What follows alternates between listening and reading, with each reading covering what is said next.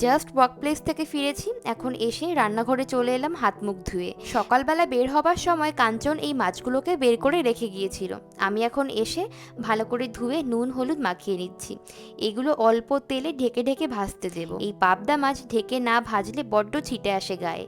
আর আমার সাথে জানেন তো, তেলের একটা বিশাল বন্ধুত্ব আছে। যখনই আমি মাছ ভাজতে আসি আমার কোথাও না কোথাও ছিটকে আসবেই। গরম তেল যেন আমাকে একেবারে ছাড়তেই চায় না। হাতে আর গলায় আমার এই পুড়ে যাওয়ার কিন্তু অনেক কালশিটে দাগ আছে। যাই হোক, আজকে রান্না করব সব সবজি মিশিয়ে পালং শাক দিয়ে একটা তরকারি।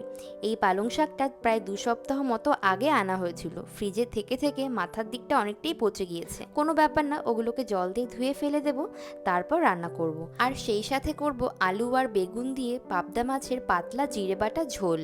আমার এই ছোট্ট ছোট্ট ভিডিওগুলিতে জাপান সম্পর্কে আপনারা নানান তথ্যমূলক ব্যাপার স্যাপার জানতে পেরে বেশ খুশি হন।